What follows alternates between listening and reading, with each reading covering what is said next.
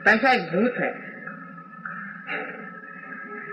पैसा लेने से अगर आप इसका महत्व समझे तो बेहतर है कि आप नहीं समझे।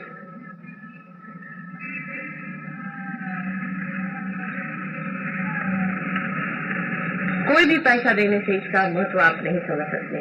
अपने को ही पूरी तरह से देना होगा,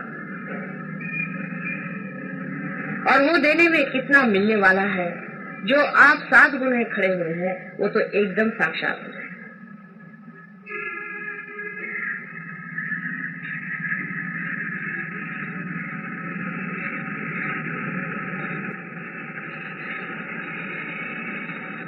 ध्यान में समष्टि रूप में ही आपको आना होगा, ये जरूरी है। चाहे महीने में एक बार ही आए, लेकिन जहाँ 7 लोग बैठते हैं वहीं बैठ करके ध्यान करना चाहिए। चाहे आप एक अपना छोटा ग्रुप बना लें जहाँ आप हफ्ते में एक बार मिल सके और एक बार बड़े ग्रुप में, क्योंकि मैंने आपसे बताया था कि ये विराट का कार्य, जैसे शरीर का एक एक अंग प्रत्यंग जो है उसको जागना है। जितना जागरूक होता जाएगा वैसे वैसे दीप जलते जाएगा। आप लोग जो घर में बहुत भी ध्यान करते रहे, मेरे आने के बाद आप जानते हैं कि आप लोगों ने पाया कि कुछ प्रगति नहीं है, लेकिन यहाँ 6-7 आदमी जो रोज आते थे और ध्यान करते थे उन्होंने बहुत प्रगति करी।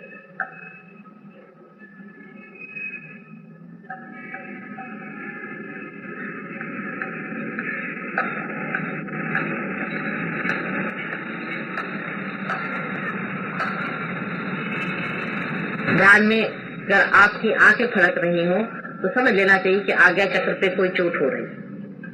उसमें बुरा मानने की कोई बात नहीं है। अपना आज्ञा चक्र अगर खराब है तो उसे ठीक कर लेना चाहिए, क्योंकि आपका आनंद कम होता है। आपका शरीर अगर हिल रहा हो ध्यान में और आप आराम से बैठ नहीं सक रहे हैं तो समझ लेना चाहिए कि आपके मूलाधार पे चोट हो गई। ये और भी डेंजरस सिचुएशन हो जाता है। मूलाधार पे जब चोट हो जाती उसका भी इलाज करवा लेना चाहिए। वो भी लोग जानते हैं किस तरह से मूलाधार चक्र को ठीक करना है। जानने को तो आप लोग मेरे लेक्चर सुन सुन के सब शास्त्र जान गए, लेकिन मैं देखती हूँ कि जो लोग थोड़े ही दिन पहले आए हैं वो आप लोगों से कभी कभी बहुत जोरों में जल्दी आगे बढ़ जाते हैं, क्योंकि ये पढ़ाने लिखाने की बात है। ये आपके हाथ अगर थरथरा रहे हैं, कपकपा रहे हैं, तो भी समझ लेना चाहिए कि कुछ न कुछ आपके अंदर बहुत बड़ी खराबी हो गई है। उस पे जूते मारने का इलाज सबसे अच्छा है। कल एक साहब आपने देखा होगा कि वहाँ कहने लगे कि माता जी मैं एकदम जड़ हो गया, फिर मेरे सामने आके यूं करने लगे। उनसे मैंने पूछा तुम्हारे गुरु कौन है, तो कहने लगे कि भागवत साहब है पूना में। तो मैंने कहा वो क्या करते हैं? कहने लगे उन्होंने एक स्पिरिचुअल वो बनाया हुआ है, साई स्पिरिचुअल सेंटर, और वो उन्होंने मुझे दीक्षा दी। मैंने कहा दीक्षा क्या दी? ये हिलने की दीक्षा दी। कहने मैंने 16 साल में बीमारियां उठाई, मेरी नौकरी चली गई, ये हो गया वो। मैंने कहा तुम्हारे अक्ल नहीं है? अगर तुम्हारे गुरु है तो तुमको ऐसा होना नहीं चाहिए। कितने रुपए दे? अभी तक 5-6 हजार रुपए दे चुका हूँ सेंटर। मैंने कहा अच्छा 5-6 हजार रुपए से दे करके सारी बीमारियां तुमने अच्छे से मोल ले ली। फिर उसको भूत को, उसके जो भागवत साहब थे उनको जूते मारे, और वो जो दूसरा उनका सेंटर था उसको भी जूते मारे, तब उनका हाथ ठहरा और ठीक। ये तो आप ही के सामने कल हुआ था, बहुत से लोग वहां। उनसे साफ साफ बात कर लेनी चाहिए कि आपको कोई ना कोई गुरु है, आपके अंदर कोई ना कोई बाधा है, आपके अंदर कोई ना कोई गलत है। उसमें कोई बुरा मानने की बात नहीं।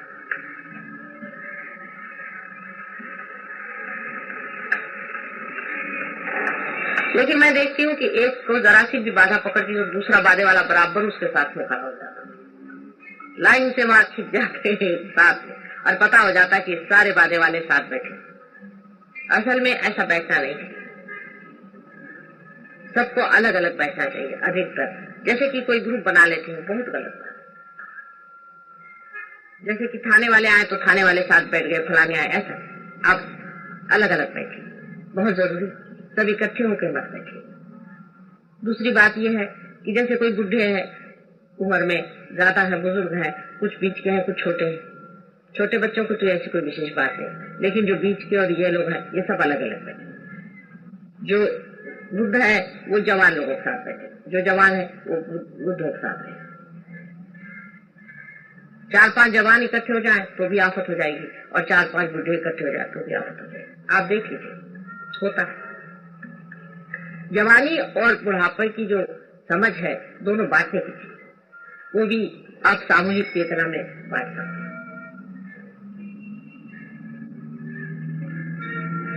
बड़ों को समझदारी चाहिए,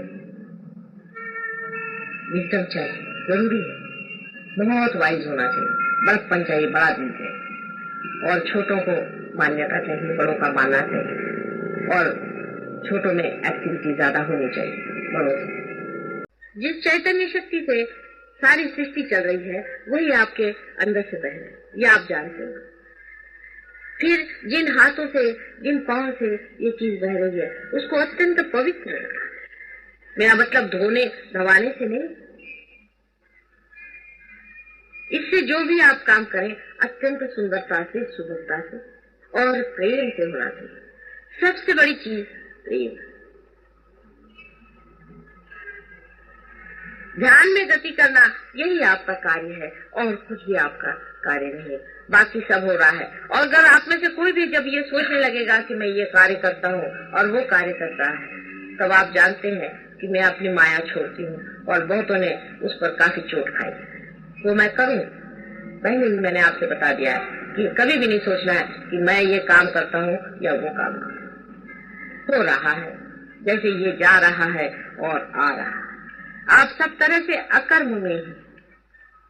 जैसे कि सूर्य ये नहीं कहता कि मैं आपको प्रकाश दे, वो दे रहा है क्योंकि वो एक तांता में परमात्मा से इतनी प्रचंड शक्ति को अपने अंदर से बहा रहा है। ऐसे ही आपके अंदर से अति सूक्ष्म शक्तियां बह रही है क्योंकि आप एक सूक्ष्म मशीन है। आप सूर्य जैसी मशीन नहीं है, आप एक विशेष मशीन है जो बहुत ही सूक्ष्म है, जिसके अंदर से बहने वाली ये सुंदर धाराएं आपके अंदर एक अजीब तरह की अनुभूति देंगी ही, लेकिन दूसरों के भी अंदर उनके छोटे छोटे सूक्ष्म सूक्ष्म जो पहलू हैं, जो छोटे छोटे यंत्र हैं, मशीनें हैं, उनको एकदम से प्रेम पूर्वक ठीक कर दें। ये जो शक्ति है ये प्रेम की शक्ति है, इसलिए इसका वर्णन कैसे करूं मैं आपसे। इस मशीन को ठीक करना है तो आप किसी भी चीज से रगड़ मगड़ के ठीक कर दें, कोई आप स्क्रू लगा दें का इसमें ठीक हो जाएगा। लेकिन मनुष्य की मशीन जो है वो प्रेम से ठीक होती है। उसको बहुत जख्मी पाया है, बहुत जख्म है उसके अंदर में, बड़ा दुखी है मानो। उसके जख्मों को प्रेम के दवा से आपको ठीक करना है जो आपके अंदर से बह रहा है। ये वाइब्रेशन सिर्फ प्रेम है। जिस दिन आपकी प्रेम की धारा टूट जाती है, वाइब्रेशन रुक जाती है। बहुत से लोग मुझसे कहते माता जी हमको बाधा हो गई, हमारे हाथ से वाइब्रेशंस बंद हो गए। आपके अंदर से प्रेम की धारा टूट गई। प्रेम का पल्ला पकड़ा रहे, सिर्फ प्रेम का वाइब्रेशन बहते रहेंगे क्योंकि यही प्रेम परमात्मा का जो है वो बहेगा और वही बह रहा है। इतनी अद्भुत अनुभूति है, इतना अद्भुत समाया हुआ। क्या ये सब व्यर्थ हो जाएगा क्योंकि आपने इसमें पूरी लगन से मेरा साथ नहीं दिया?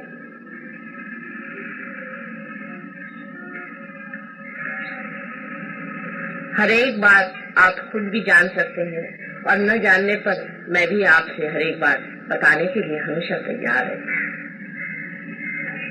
लेकिन थोड़ा सा इसमें एक आपसे सुझाव देने का है कि आप इसके अधिकारी तो हैं या नहीं, इसे सोच लीजिए। क्योंकि आप मेरे ध्यान में आते हैं, जैसे मराठी में बहुत से लोग कहते हैं मी मुद्दामून आले, इससे आप अधिकारी नहीं।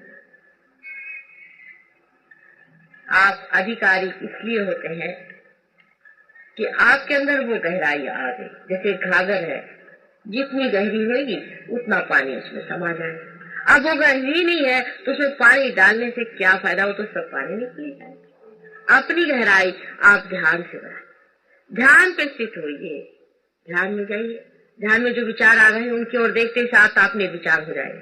निर्विचार होते ही उस अचेतन मन में, अचेतन सुप्त चेतन नहीं कह रहे, अचेतन मन में अपनी चेतना के सहित आप जाएंगे।